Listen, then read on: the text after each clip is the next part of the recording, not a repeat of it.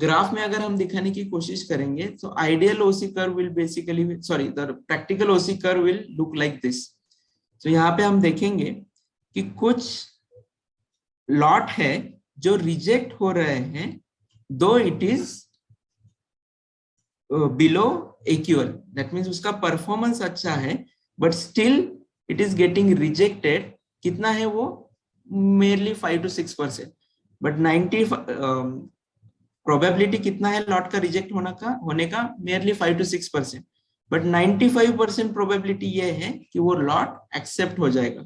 So this is basically alpha risk, which is called as a producer's risk. Why producer's risk?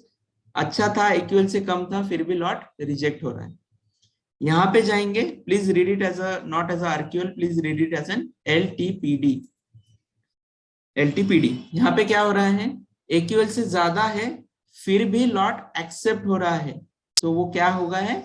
Beta error है। Beta error क्या है? Consumer का risk है। Consumer का risk क्यों है? क्योंकि उसमें एरर था, फिर भी कंज्यूमर एक्सेप्ट कर रहा है, right? Why this alpha and beta basically error occurs? It is basically because of that random sampling. जो sampling हम निकाल रहे हैं, उसका जो रिजल्ट आ रहा है, based upon that we are saying whether that lot is selected or rejected, and that's why there is always these two risks associated with any kind of sampling, that is basically called as an alpha risk and consumer risk. Right? So I hope you are basically clear with this kind of an concept of AQL and LPDT. कुछ doubt है तो please पूछिए, नहीं तो we'll move to the next particular topic. Roy sir, would you like to add something over this?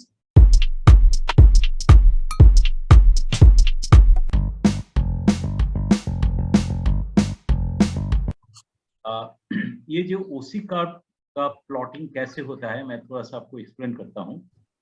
Can you get the next chart? या know the actual, या इसका जो वाई एक्सिस है उधर probability of accepting a lot ये है. आप अगर देखोगे ये probability of accepting the lot, इसका लोएस्ट पॉइंट है 0, हाईएस्ट पॉइंट है 1. 1 का मतलब है 100% chance of accepting the lot. 0 का मतलब है 0% प्रोबेबिलिटी ऑफ एक्सेप्ट, मतलब ये 100% रिजेक्टेड होगा. इसका मतलब यही रहा कि 0 is the probability of acceptance. अगर आप एक्स एक्सिस देखिए, एक्स एक्सिस का मतलब है quality level of the incoming lot. Okay, उसका मतलब क्या है?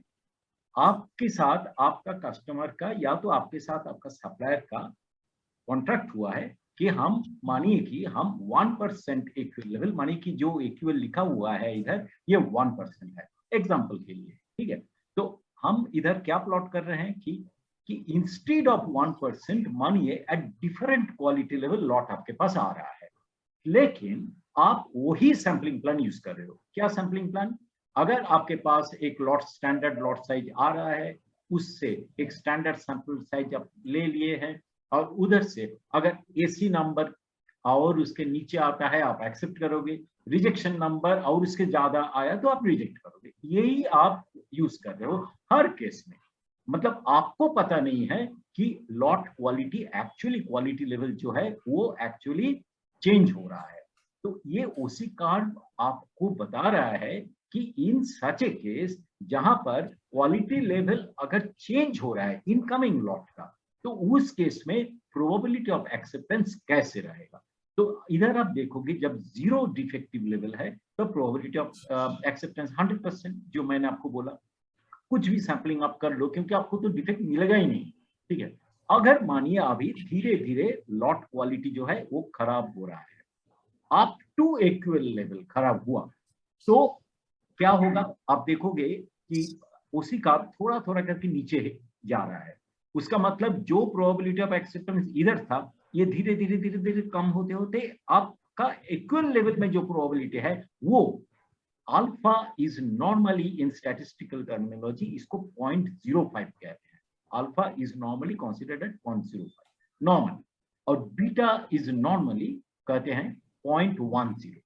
मैं बताता हूं ये 0.05 और ये 0.10 का मतलब क्या है.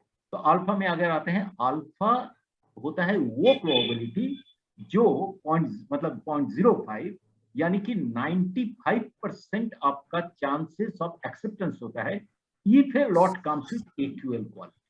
उसका मतलब क्या हुआ, अगर इक्वल क्वालिटी से बेहतर है तो उसका प्रोबेबिलिटी ऑफ एक्सेप्टेंस उससे ज्यादा होगा, ठीक है। लेकिन हम लोग कोई भी सैम्पलिंग प्लान में इक्वल से डिफाइन करते हैं कि ये जो सैम्पलिंग प्लान है इसका पावर कितना है।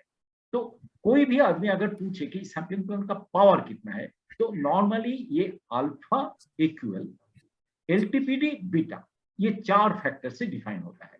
तो अल्फा इक्वल का मतलब है alpha is the risk of rejecting the lot with equal level, वो बहुत ही कम होना चाहिए क्योंकि लॉट तो अच्छा है, as per our contract up to 1% is okay. So minimise this probability of rejection, मतलब you maximize the probability of acceptance. तो कितना होगा optimum, we considered it to be 0.05. So 95% is the probability of accepting a equivalent.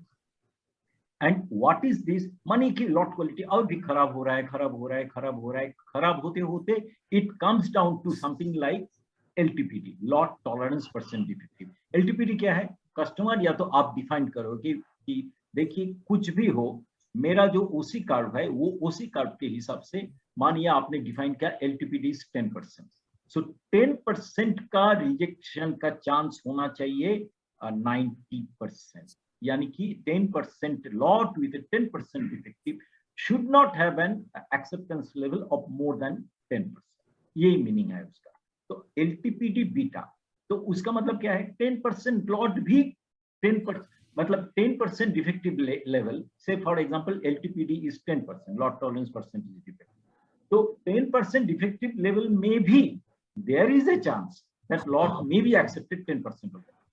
So you have to understand this point that for any sampling plan there is a associated alpha risk and beta risk, क्योंकि ये sampling plan है and it is running on the basis of theory of probability. तो ये 4 factor से कोई भी ओसी curve define होता है। और एक पॉइंट आपको समझना होगा कि आप IS 2500 पार्ट 1 को ले लीजिए, कोई भी सैम्पलिंग प्लान ले लीजिए आप 1% इक्वल या तो 1.5% इक्वल, उसके अगेंस्ट में आप एक ओसी कार्ड मिलेगा। तो these are to just help you to understand कि sampling plan is not giving you a guarantee that उतना ही जो इक्वल मैंने चूज किया उतना ही आपको गुड क्वालिटी लेवल देगा। No, it's not like that. So you must understand that in the switching rule जो ओंकार ने आपको पहले दिखाया था, ओंकार, is it possible for you to come back to that switching rule, that table? Yeah. Just pay your attention here. This is the crux of the whole thing.